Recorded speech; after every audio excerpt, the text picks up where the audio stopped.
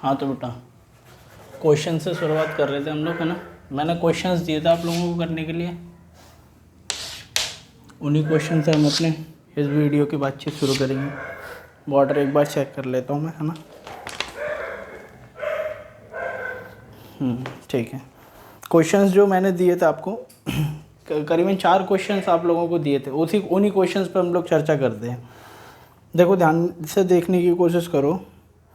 जो क्वेश्चन मैंने आपको दिया था, द फर्स्ट वन क्वेश्चन, मतलब सीक्वेंस इधर उधर हो सकता है बेटा, तो देख लेना अपने हिसाब से। एक क्वेश्चन तो था लॉग साइन π/3 और x² -3x + 2, ठीक है, ग्रेटर देन इक्वल्स टू 2 दे रखा है, और आपसे कहा जा रहा है इस इनइक्वालिटी को सॉल्व करना है, ठीक है। तो काम शुरू करते हैं मेरे भाई। इसको हैंडल कैसे करा जाएगा वो देखो, एक सेकेंड देखना ध्यान से। सबसे पहले तो इस बात को समझने की कोशिश करो कि इसमें जो लॉगरिदमिक फंक्शन है इसमें π/3 दिया। π/3 कितना होता है? 60। π/3 दे रखा है, हाँ, साइन π/3। तो साइन π/3 कितना हो गया? 60 हो गया। तो जब इसके करस्पॉन्डिंग जब आप सॉल्व करोगे तो लॉगरिदमिक फंक्शन हटाओगे, साइन 60 की वैल्यू, साइन 60 अगर बात करो तो साइन 60 डिग्री होता है √3/2, ठीक है। √3/2 ये वैल्यू होती है साइन 60 की।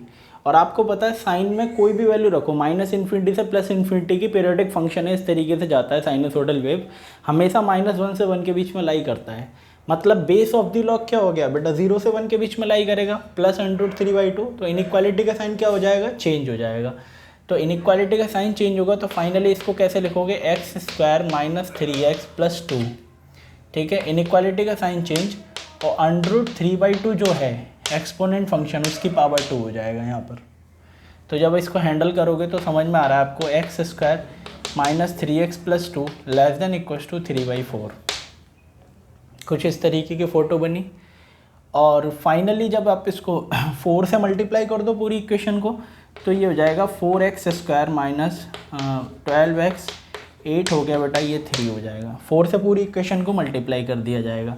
तो सिंपली आप सोचो, इसको इधर लेके आ जाओ, तो ये हो जाएगा 4x² -12x, ये कितना हो गया? 5 हो गया। ये कुछ इस तरीके की बनेगी, ठीक है चीज़ है। तो 5 × 4 करोगे तो कितना होगा? 20 हो गया। और इसको तोड़ सकते हो आप, तो तोड़ोगे जब इस तरीके से तो 4x² माइनस का 10x -2x + 5 < 0। इसमें से बेटा 2x कॉमन आ रहा है देखते चलना, जो चीज़ कॉमन लेते हैं उसी से डिवाइड दिया जाएगा। तो ये हो जाएगा 2x -5 और -1 कॉमन ले लो, 2x - 5 < 0। कुछ इस तरीके की फ़ोटो आएगी। इनइक्वालिटी चल रही, साथ में देखते चलना। 2x - 5, 2x - 5 को बाहर ले लो, तो 2x - 5 तो बाहर आ गया, और 2x - 1 is the another one factor, ठीक है। और < 0 की बात हो रही है बेटा, तो हर लीनियर फैक्टर को 0 के इक्वल रखकर नंबर लाइन पर असेंडिंग ऑर्डर में प्लॉट करते हैं। तो नंबर लाइन पर जब असेंडिंग ऑर्डर में प्लॉट करोगे तो the first one term is 5/2 and the second one is 1/2, ठीक है। तो इट मस्ट बी क्लियर कि 5/2 would be high in a higher magnitude, तो आगे आएगा एक्स एक्सिस पर। और दोनों ही नंबर्स एक्सेप्टेबल हैं because of the equality sign in a inequality. देखो इक्वल का साइन भी तो लगा हुआ है बेटा, तो दोनों ही नंबर क्या है आंसर में एक्सेप्टेबल होंगे, 1/2 भी और 5/2 भी। तो राइट नोट चार्ट के अपर पार्ट से ग्राफ को शुरू करते इस तरीके से वेवी कर्व बन गया। अब वो रीजन स्क्रैच करो जो आपको चाहिए। तो आपको समझ में आ रहा है कि वो आपसे ये कह रहा है कि पूरी इनइक्वालिटी जिस रीजन में कैसे आ रही है? नेगेटिव। तो पूरी इनइक्वालिटी किस रीजन में नेगेटिव है? ये रीजन आपका स्क्रैच कर आएगा। तो फाइनली जब आप इसको हैंडल करने की कोशिश करोगे तो तुम्हें समझ में आएगा कि x बिलोंग्स टू, जो आंसर तुम्हारा निकल के आ रहा है, क्लोज ब्रैकेट 1/2 से लेके 5/2 क्लोज।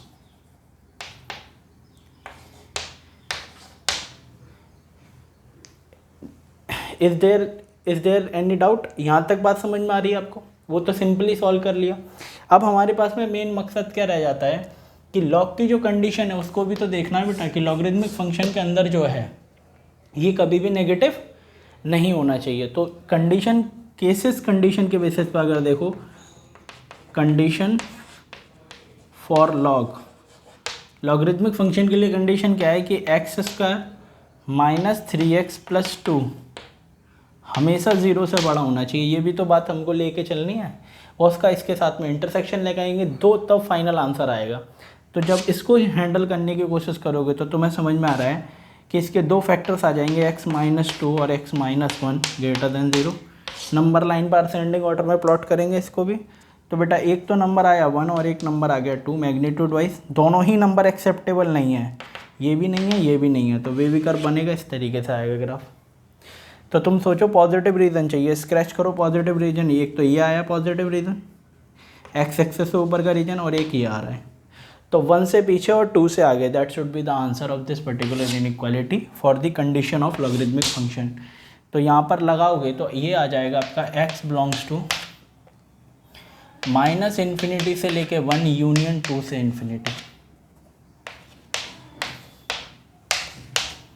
और इस ये जो आया है उसका इसके साथ में क्या लेना पड़ेगा आपको, इंटरसेक्शन। तो इंटरसेक्शन लेते हैं बेटा, देखना ध्यान से, नंबर लाइन पे दोनों की बातों को प्लॉट करो। तो ये क्या कह रहा है, माइनस इन्फिनिटी से 1 जहाँ 1 नहीं लेना, और 2 से लेके इन्फिनिटी यहाँ 2 भी नहीं लेना। ये तो एक की बात हो गई। अब इसकी बात समझो, ये 1/2 है, 1/2 कितना हो गया 0.5 समथिंग। तो 0.5 मतलब 1/2 यहाँ आएगा जो कि एक्सेप्टेबल नंबर है, और 5/2 हो गया बेटा 2.5 है ना। तो 2.5 कहाँ आ गया, यहाँ आएगा। 2.5 मतलब 5/2 ही है ना। तो ये नंबर भी एक्सेप्टेबल, और ये क्या कह रहा था, यहाँ से लेके यहाँ तक की कोई भी वैल्यू ले लेना। तो कॉमन रीज़न आपको स्क्रैच करना है, कॉमन रीज़न समझ में आ रहा है, दोनों बातें जहाँ मानी जा रही हैं। तो तुम सोचो एक रीज़न तो ये आ गया कॉमन, ठीक है, और दूसरा कॉमन रीज़न ये दिख रहा है आपको।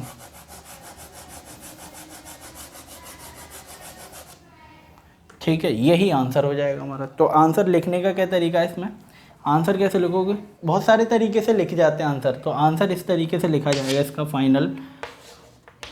फाइनल आंसर हो जाएगा बेटा x बिलोंग्स टू 1/2 तो इंक्लूडेड है, तो 1/2 पर तो क्लोज, 1/2 से लेके 1 ओपन छोड़ो, यूनियन 2 को छोड़ते हुए 5/2 को क्लोज में ले लो, ये आएगा। तो ये पूरी एक बार फोटो देख लो और बताओ ये कंडीशन सारी समझ में आ रही है। इसको पहले डाइजेस्ट करो, फिर उसके आगे की कहानी शुरू करते हैं।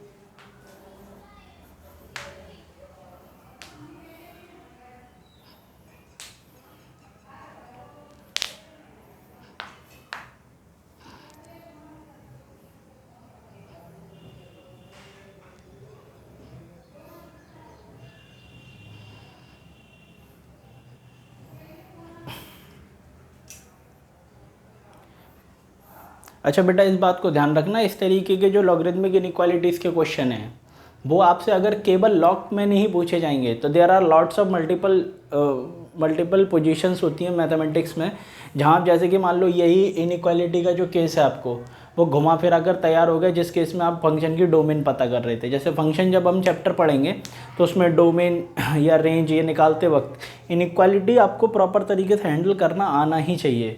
ठीक है, ये तो खैर लॉगरिथमिक इनइक्वालिटीज़ की बात है, लेकिन जनरल इनइक्वालिटीज़ जब मैंने आपको बताई है वो वेवी कर्व मेथड 11th में मैंने डिस्कस किया था, तो वो सारी चीज़ें आपको प्रॉपरली पता होनी चाहिए। वेवी कर्व मेथड के स्टेप्स आपको सब पता होना चाहिए, और वेवी कर्व कब अप्लाई होता है वो भी पता होना चाहिए। तो देखो इनइक्वालिटी के केसेस के लिए अगर मैं जनरल डिस्क्रिप्शन देना चाहूँ आपको, तो सिंपल वे में अगर समझो तो there are 2 types of categorization of inequality. The first one is linear and the second one is non linear inequalities. तो मैंने बताया था आपको, मैं एक बार डिस्क्राइब कर देता हूँ सारी चीज़ें, क्योंकि हो सकता है काफ़ी बच्चे 11th में पढ़े थे तो 12th में आपको वाइप्ड आउट हो गई हों वो सब चीज़ें। तो मेरी बात को ध्यान से समझने की कोशिश करो। There are 2 types of inequality, the first one is linear and the second one is non linear inequalities. तो we have to be apply the method of wavy curve on a cases of non linear inequalities. तो what is known as non linear. Non linear का मतलब समझो ऐसी inequality जो linear नहीं है। Linear inequalities की डेफिनेशन क्या होती है? बस आपको क्या करना है कि ये चेक करना है इनइक्वालिटी में कंपैरिजन होना चाहिए, greater than equals to, less than equals to, greater than, less than. These are the 4 signs जो कि किसी भी अलजेब्रिक एक्सप्रेशन में पाए जाते हैं, उसको इनइक्वालिटी बोलते हैं। उसके बाद में आपको क्या चेक करना है कि जितने भी वेरिएबल्स के टर्म्स हैं, ध्यान से समझना इस बात को, जितने भी वेरिएबल्स के टर्म्स हैं वो इनइक्वालिटी के न्यूमरेटर में एग्जिस्ट करने चाहिए, डिनोमिनेटर में not a single one variable term would exist in a case of linear. तो लीनियर इनइक्वालिटी में जो भी वेरिएबल्स के टर्म्स हैं वो कहाँ एग्जिस्ट करेंगे? न्यूमरेटर में, यानी अंश में एग्जिस्ट करेंगे। हर में कोई भी वेरिएबल का टर्म नहीं होगा। दूसरी चीज़ इसमें क्या समझनी है हमको? दूसरी बात ये है बेटा कि जो भी न्यूमरेटर में टर्म्स हैं वेरिएबल के, उन वेरिएबल की उनकी वेरिएबल की जो डिग्री है वो 1 होनी चाहिए, ठीक है, यानी कि लीनियर होनी चाहिए। इसीलिए इसको लीनियर इनइक्वालिटी बोला जाता है। और जो ये दोनों बातें फॉलो नहीं करती इनइक्वालिटी, यानी कि जिसमें वेरिएबल के टर्म नीचे होते हैं या फिर सारे वेरिएबल के टर्म ऊपर है और कोई ना कोई डिग्री है उन वेरिएबल टर्म की 1 के अलावा, तो उन सबको एक दूसरी कैटेगरी में उठा कर डाल दिया जाता है। That is known as non linear inequalities. तो नॉन लीनियर इनइक्वालिटीज़ को सॉल्व करने का स्पेसिफिक मेथड है जो कि किसी इक्वेशन को सॉल्व करने से बिल्कुल अलग है, ठीक है। उसका स्पेसिफिक मेथड है, that is known as wavy curve method. तो वेवी कर्व मेथड के बारे में मैं क्वाड्रेटिक में भी बच्चों को पढ़ा देता हूँ, 11th में भी मैं बच्चों को डिस्क्राइब करता हूँ wavy curve method in a proper detailed manner, ठीक है। बट वेवी कर्व मेथड के अगर स्टेप समझो तो इसमें 4-5 स्टेप्स हैं जिसके बेसिस पर हर inequality, non linear inequality solve होती है। तो क्या क्या स्टेप्स हैं वो समझो। जैसे मान लो, देखो जल्दी हो रहा है क्योंकि मैं पढ़ा चुका हूँ ये सब चीज़ें ना, इसलिए जल्दी जल्दी बता रहा हूँ। प्रोसेस समझने की कोशिश करो। सबसे पहले तो आइडेंटिफिकेशन ही सबसे पहला स्टेप है। You should firstly identify the inequality that has been given in a question should belongs to the category of non linear. Just बस आपने एक बार आइडेंटिफाई कर लिया। The second one step would be right side would be zero. Right side क्या होना चाहिए? Zero होना चाहिए। तो राइट साइड में जो भी लिखा हुआ है उसको एक तरफ लेके आ जाओ, फिर एलसीएम वगैरह लेके कैलकुलेशन वगैरह कर लो और न्यूमरेटर डिनोमिनेटर में पॉलिनोमियल्स को जनरेट कर लो, ठीक है। राइट साइड ज़ीरो हो गया, एलसीएम वगैरह लिए लेफ्ट साइड में और सारा एक टर्म्स बना लिया न्यूमरेटर और डिनोमिनेटर में। ऊपर एक पॉलिनोमियल है, नीचे पॉलिनोमियल, किसी भी तरीके का कोई भी डिग्री का पॉलिनोमियल हो सकता है। Cubic upon quadratic, quadratic upon linear, linear upon quadratic, quadratic upon quadratic, कैसा भी। फिर उसके बाद में आपको क्या चेक करना है कि न्यूमरेटर में जो पॉलिनोमियल है उसकी मैक्सिमम डिग्री, वेरिएबल की मैक्सिमम डिग्री का जो कोफिशिएंट है that should be positive. As well as in a denominator you should check कि डिनोमिनेटर में जो वेरिएबल्स लिखे हुए हैं, जितने डिग्री का पॉलिनोमियल है उसकी हाईएस्ट डिग्री का जो वेरिएबल का कोफिशिएंट है वो पॉजिटिव होना चाहिए। अगर नहीं है तो you should multiply the inequality by -1। -1 से मल्टीप्लाई करो और इनइक्वालिटी का साइन गेट रिवर्स्ड, क्योंकि आपको पता है इनइक्वालिटी में अगर माइनस से मल्टीप्लाई किया जाता है तो इनइक्वालिटी का साइन कैसा हो जाता है? रिवर्स हो जाता है। ग्रेटर देन इक्वल्स टू है तो लेस देन बन जाएगा, लेस देन इक्वल्स टू है तो ग्रेटर देन इक्वल्स टू हो जाएगा। फिर उसके बाद में जब आपने इतना काम कर लिया कि राइट साइड ज़ीरो कर लिया, न्यूमरेटर और डिनोमिनेटर में जो पॉलिनोमियल्स हैं उनकी हाईएस्ट वेरिएबल का कोफिशिएंट दोनों जगह पॉजिटिव हो गया। उसके बाद में ऊपर जो पॉलिनोमियल लिखा हुआ है उसके लीनियर फैक्टर्स तैयार करो, नीचे जो पॉलिनोमियल लिखा हुआ है उसके लीनियर फैक्टर्स तैयार करो। और लीनियर फैक्टर्स तैयार होने के बाद में हर फैक्टर को ज़ीरो के इक्वल रखने के बाद नंबर लाइन पर असेंडिंग ऑर्डर में प्लॉट करते हैं। ये बताइए सब चीज़ें। देखो यहाँ पर वही मैंने यहाँ पर करा भी, जैसे कि यहाँ पर ये 3/4 लिखा था ना, सबसे पहले मैं आप इसको इस तरफ 4 से मल्टीप्लाई करने के बाद इसको इस तरफ लेके गया, इस तरफ ले जाने के बाद ये क्वाड्रेटिक के फिर फैक्टर्स हाईएस्ट डिग्री का कोफिशिएंट पॉजिटिव था ही, फैक्टर्स वगैरह करे, 2 फैक्टर्स आए, दोनों फैक्टर को 0 के इक्वल रखकर असेंडिंग ऑर्डर में प्लॉट करा। राइट मोस्ट साइड के अपर पार्ट से ग्राफ को शुरू किया बेटा। राइट मोस्ट साइड के अपर पार्ट से ग्राफ को शुरू करोगे तो positive negative positive, this is the way to make a wavy curve method. तो इस तरीके से बना लिया। फिर आपको चाहिए 0 से छोटा रीजन, तो एक्स एक्सिस से नीचे के रीजन को स्क्रैच करके वो that should be the answer, ठीक है। तो इसी तरीके से सारे ही टर्म्स को, लीनियर फैक्टर्स जो भी आए उनको असेंडिंग ऑर्डर में नंबर लाइन पर प्लॉट करो, राइट मोस्ट साइड के अपर पार्ट से ग्राफ को शुरू करते हुए और उस नंबर से पूछते हुए कि किस फैक्टर से आया है। अगर उस फैक्टर की पावर ऑड है तो साइन को चेंज कर दो, पॉजिटिव से अगर आ रहे हो तो नेगेटिव में आ जाओ, अगर नेगेटिव से आ रहे हो तो नेगेटिव में पॉजिटिव में आ जाओ, है ना, ऑल्टरनेटिव साइन चलेंगे। इफ़ द फैक्टर, जो कि फैक्टर जिससे आया है वो उसकी इवन पावर हो, ठीक है, तो उसके केसेस में अगर आप नेगेटिव से एंट्री ले रहे हो तो नेगेटिव में ही चले जाओ, पॉजिटिव से एंट्री ले रहे हो तो पॉजिटिव में ही चले जाओ। तो ये सब बेसिक सी चीज़ें हैं जो कि इनइक्वालिटीज़ के क्वेश्चन को सॉल्व करने में हमारी काम आते हैं। जैसे तुम समझो ये क्वेश्चन और ये सब क्वेश्चन जो सॉल्व हो रहे हैं ये सब मेथड है आपके वेविकर मेथड, क्योंकि these all are inequalities belongs to the category of non linear, ठीक है। तो ये सब चीज़ें बेटा ये आपको करनी है और अपने से प्रैक्टिस वगैरह करो सही तरीके से। अगला क्वेश्चन देखते हैं मेरे भाई, इससे आगे की बात समझते हैं।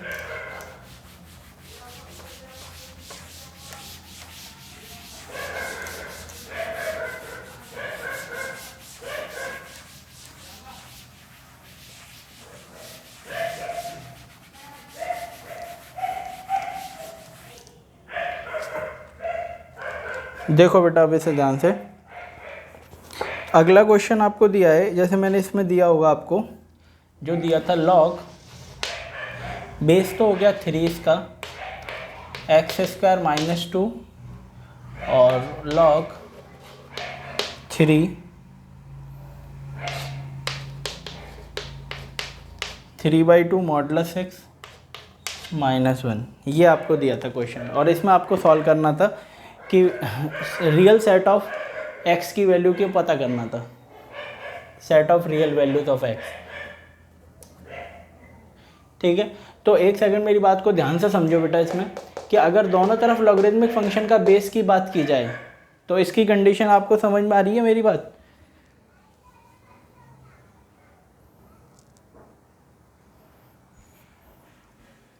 देखो बेटा, तो लॉग बेस दोनों तरफ, तो लॉगरिदमिक फंक्शन का बेस कितना है? 3 है।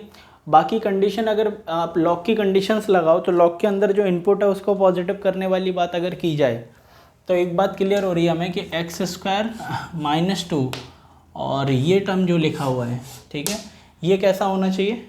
ये कैसा होना चाहिए? पॉजिटिव, है ना, पॉजिटिव होना चाहिए। ये ग्रेटर देन 0 हो गया बेटा, ठीक है, ग्रेटर देन 0 हो जाएगा। और जब आप यहाँ से समझने की कोशिश कर रहे हो तो x + √2 और x - √2 ग्रेटर देन 0, ठीक है। तो ये -√2 हो गया, ये +√2 हुआ। बड़ा रीज़न चाहिए तो आप क्या लिख सकते हो, ये अब मतलब कंडीशन बाद में चेक कर लेंगे, इसको देख लो। तो ये दे रखा था 3/2 मॉडुलस x -1, 3/2 मॉडुलस x -1, 0 से क्या होना चाहिए? बड़ा होना चाहिए ये भी। तो जब आप इसको हैंडल करोगे तो इस 1 को इधर ले जाएगा, मल्टीप्लाई कर दिया जाएगा, तो मॉडुलस x की वैल्यू ग्रेटर देन आ गई बेटा 2/3 से, क्रॉस मल्टीप्लाई होगा ना इस तरीके से। तो मॉडुलस x का ग्राफ बनाओ, तो मॉडुलस x का ग्राफ कैसा होता है? इस तरीके से होता है। और ये लाइन हो गई आपकी 3/2, तो ऊपर का रीज़न स्क्रैच कर लो, ये आ गया। तो मतलब -2/3 से पीछे और +2/3 से आगे की बात होगी। तो ये रीज़न ये दे रहा है। तो दोनों का मतलब दोनों की बातें हमें माननी है, इनका इंटरसेक्शन से ही वही हमारा आंसर निकालना है हमें, है ना, बाकी की वैल्यू रिजेक्ट कर दी जाएंगी। तो खैर यहाँ तक की बात समझ में आती है। अभी इन दोनों को सॉल्व कर लेते हैं। तो इनको जर्नल केसेस के लिए जब आप सॉल्व करोगे तो आपको समझ में आ रहा है कि x² - 2, बेटा ये तो केस हैं किसके लिए? इस लॉगरिदमिक फंक्शन में इनपुट क्या एक्सेप्टेबल होगा, इस लॉगरिदमिक फंक्शन में इनपुट क्या एक्सेप्टेबल होगा। आपको पता है ये बात कि इस लॉगरिदमिक फंक्शन में भी सारी वैल्यू एक्सेप्ट नहीं होने वाली, ना ही इस लॉगरिदमिक फंक्शन में सारी वैल्यू एक्सेप्ट होने वाली हैं। तो मेरी बात को समझ लो, सबसे पहले 2 कंडीशंस आपने पहले ये बना ली और दोनों की बात माननी है बेटा, तो इंटरसेक्शन लेना पड़ेगा। क्योंकि मान लो तुमने इसकी बात मान ली और इसकी नहीं मानी तो ये अनडिफाइंड हो जाएगा, इसकी बात मान ली इसकी नहीं मानी तो ये अनडिफाइंड हो जाएगा। मतलब दोनों की बात का हमें क्या लेना है? कॉमन सेक्शन लेना है। तो कॉमन सेक्शन के लिए इन दोनों को बनाएंगे, कॉमन सेक्शन लेंगे और उसी कॉमन सेक्शन से रिलेटेड ही आंसर एक्सेप्ट होगा, बाकी के सारे आंसर रिजेक्ट हो जाएंगे, ठीक है। क्योंकि दोनों लॉगरिदमिक फंक्शन तो सेटिस्फाई होने चाहिए जिस वैल्यू को आप आंसर में दे रहे हो। तो एक्स स्क्वायर माइनस 2, और जब लॉगरिथमिक फंक्शन आप रिमूव करोगे because of the base of the log is greater than 1, then the inequality sign doesn't get reverse, और ग्राफ इस तरीके से बनेगा इंक्रीजिंग फंक्शन का। तो जब इनइक्वालिटी का साइन रिवर्स नहीं होगा तो इसको लिख सकते हैं ना इस तरीके से, देखते रहना मेरे भाई, -1। पूरी इक्वेशन को 2 से मल्टीप्लाई कर दो तो ये हो जाएगा 2x square -4 3 modulus x -2। Check करो, बाकी सबको एक तरफ लेके आते हैं मेरे भाई। तो ये हो जाएगा 2x स्क्वायर -3 मॉडुलस x और -2 लेस देन 0। ये कुछ इस तरीके की फ़ोटो आएगी। तो ये इसको लिखा जा सकता है 2 modulus x square -3 modulus of x -2 less than 0। ठीक है, तो बेटा ये कितना हो गया -4 और ये -3 है, तो -3 -4 +1 कर दें इसको, तो ये हो जाएगा 2 modulus x square -4 modulus x। Modulus x को काफ़ी लोग t मान के इसको करेंगे, वैसे भी कर सकते हो, वो भी मेथड है, लेकिन मैं डायरेक्ट मॉडुलस बेटा इसको ये लिखा जा सकता है ना। ये तो फंडामेंटल प्रॉपर्टी होती है मॉडुलस फंक्शन की, किसी भी नंबर का स्क्वायर कर स्क्वायर रूट ले लिया जाए तो क्या आता है मॉडुलस x। तो स्क्वायरिंग उस तरफ कर दो तो x स्क्वायर को नहीं लिख सकते कि मॉडुलस का स्क्वायर। ये तो रूडिमेंट्री प्रॉपर्टी है किसकी, fundamental property of logarithmic modulus function. तो ये इस तरीके से लिखा जाएगा, और प्लस में मॉडुलस x आएगा -2 लेस देन 0। ठीक है, इसमें से क्या कॉमन आ रहा है, 2 मॉडुलस x कॉमन, देखते चलना बेटा, 2 मॉडुलस x, तो अंदर क्या बचेगा मॉडुलस x -2 और +1 common, modulus x -2 less than 0। ये कुछ इस तरीके की फ़ोटो आएगी। तो फैक्टर्स की अगर बात की जाए तो फर्स्ट वन फैक्टर आएगा 2 मॉडुलस x +1 और मॉडुलस x -2 लेस देन 0। ठीक है ना।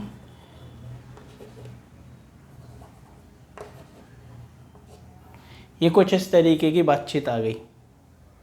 अब बस इसमें क्या करना है आपको, दोनों फैक्टर्स को 0 के इक्वल रखो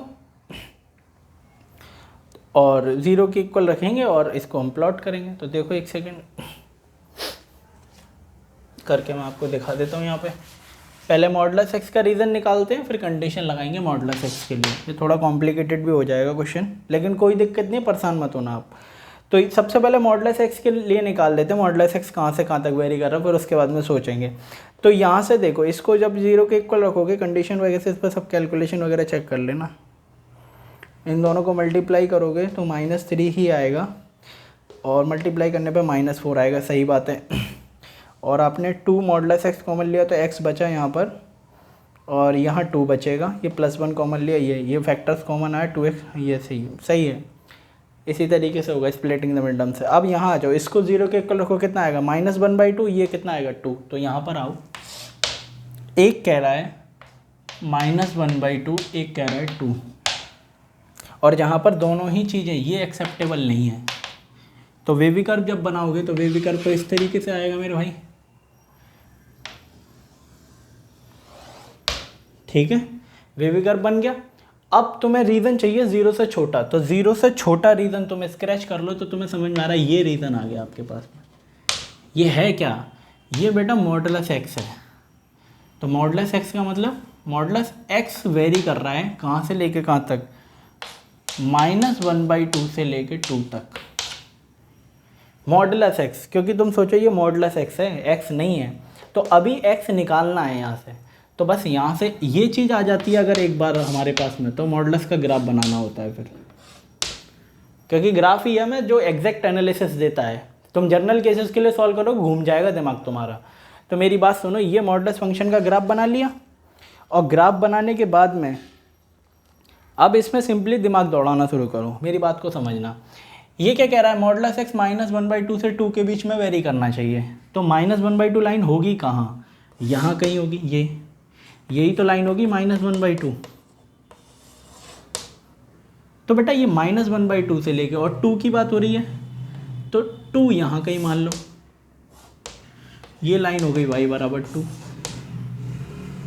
समझ लो, ये y = -1/2, y = 2। तो माइनस नेगेटिव तो कभी आता ही नहीं है मॉडुलस, तो इस माइनस की तो बात करना बेकार वाली बात है। तो आप इसको चेंज करके लिख लो कि भाई मॉडुलस एक्स जो होता है वो मिनिमम 0 से 1/2, 0 से 2 हो सकता है।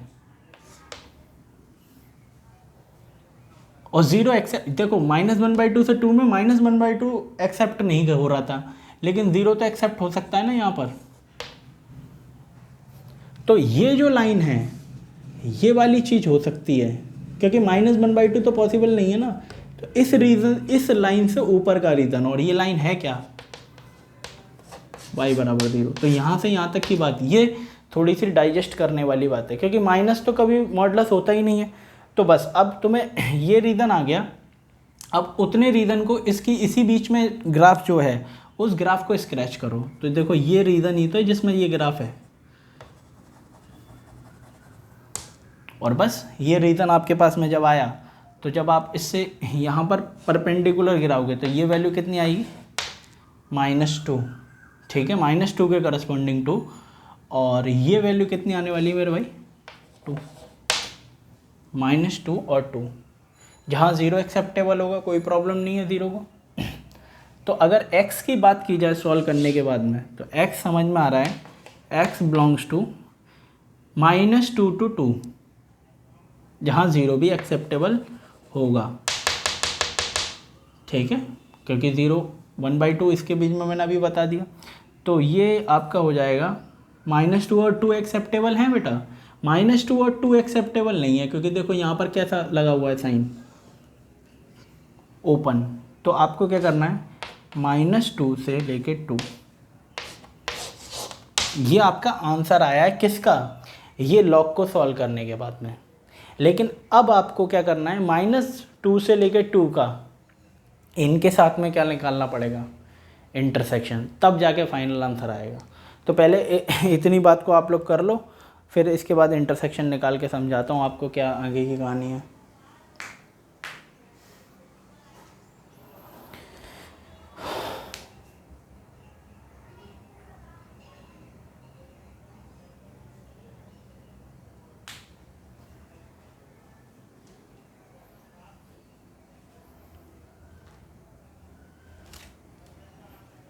तो बेटा देखो, मैं ये बीच वाला पार्ट रिमूव कर देता हूँ, जिससे कि ये पार्ट और उसका हम इंटरसेक्शन ले सकें। देखना ध्यान से, इन तीनों बातों का कॉमन रीज़न लेना है हमें, जहाँ पर हमारा आंसर भी मैच कर जाए, जो आंसर आया निकल के सॉल्व करने पर वो भी आ जाए, उसकी वैल्यूज़ भी आ जाएं, और लॉग की जो 2 डिफरेंट टाइप्स के लॉग्स हैं उनकी कंडीशन भी वहाँ पर मैच कर जाए। ठीक है, तो इस तरीके से हमें चलना है यहाँ पर कि किसी को प्रॉब्लम ना हो, किसी भी चीज़ को प्रॉब्लम ना हो। तो देखो ध्यान से, सबसे पहले इन्हीं दोनों को समझ लेते हैं। तो ये दोनों क्या कहना चाह रहे हैं वो समझो। अगर तुम इसकी बात करो तो पॉजिटिव रीज़न मतलब ये कह रहा है -√2 से लेके पीछे का रीज़न ले लेना, जहाँ पर ये मत लेना। और ये क्या कह रहा है, √2 मत लेना, √2 से आगे का रीज़न ले लेना। ये तो बात है पहले लॉग के सेटिस्फेक्शन की। और √2 कितना होता है बेटा, 1.414 समथिंग है ना, 1 से स्लाइटली बड़ी वैल्यू होती है, लेकिन 1 से छोटी नहीं होती। यहाँ आ जाओ 2/3 और 2/3, तो बेटा ये स्मॉलर नंबर है in numerator, and this is the larger number with respect to the numerator. तो ओवरऑल रेशियो क्या हो जाएगा, 1 से कम हो जाएगा। ओवरऑल रेशियो अगर ये 1 से कम है और ये 1 से ज़्यादा वैल्यू है, तो अगर आप यहाँ मैं ऐसे करके करना चाहूँ कि 2/3 और -2/3, तो बेटा इन दोनों की बात क्या कहना चाह रही है, आप सोचो, -2/3 और 2/3, तो -2/3 से पीछे और 2/3 से आगे, ये लोग ये बात बोल रहे थे कि इस नंबर से पीछे चले जाओ और इससे आगे। ठीक है, तो कॉमन रीज़न की अगर बात करें, देखना ध्यान से, ये वैल्यू 2/3 क्या होगी, ये होगा 1.414 समथिंग, ये 2/3 1 से कम, 1 से स्लाइटली कम, और ये भी, ये बेटा माइनस का 1.414 हो गया, तो इस तरफ आएगा, है ना, ऐसे ही तो बढ़ेगा माइनस में, और ये माइनस का 2/3 इस तरीके से हो गया। ठीक है ना।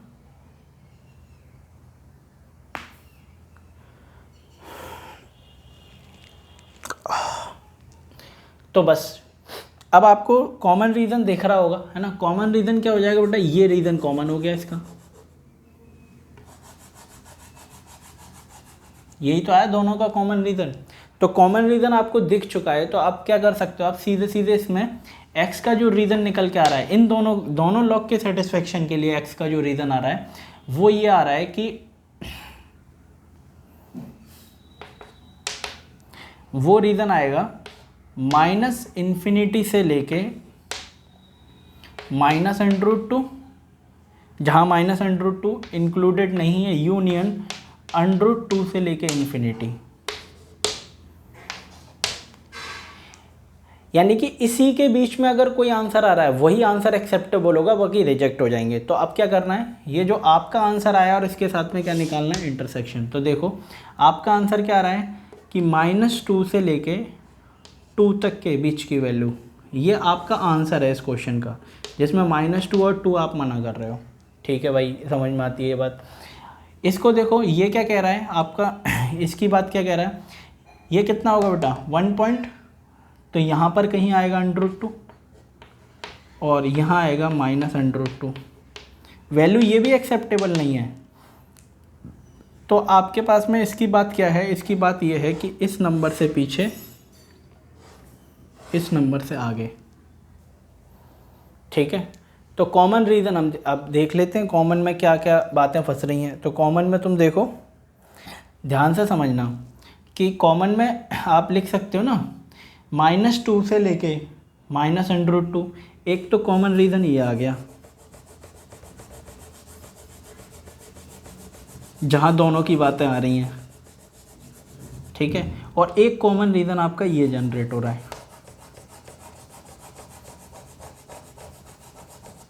समझ में आ रही है मेरी बात तुम्हें? तो बस हो गया काम ख़त्म इसका। तो आंसर अगर आप इसका देना चाहो तो आंसर क्या दोगे, इस पूरे होल क्वेश्चन का आंसर हो जाएगा final answer x belongs to -2 से लेके -√2 यूनियन √2 से लेके 2।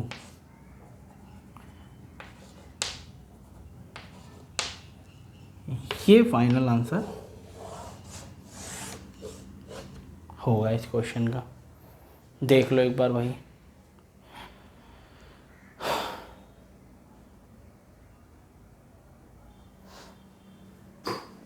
ठीक है, इतनी ये कहानी है पूरी इसमें।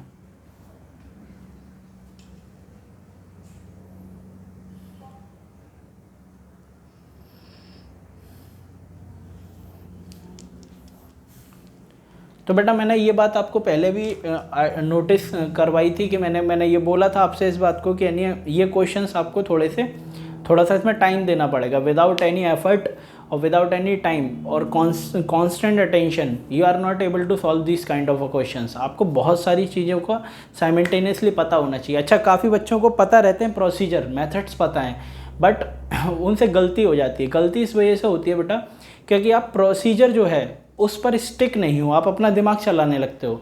देखो, दिमाग वहाँ चलाया जाता है जब हमारे पास में स्टेप्स नहीं हो और हमें समझ में ना आए कि क्या करना है। लेकिन अगर आप you are following the steps तो you should follow the steps. आपकी मजबूरी है अगर आपको स्टेप्स फॉलो करके ही क्वेश्चन करना है।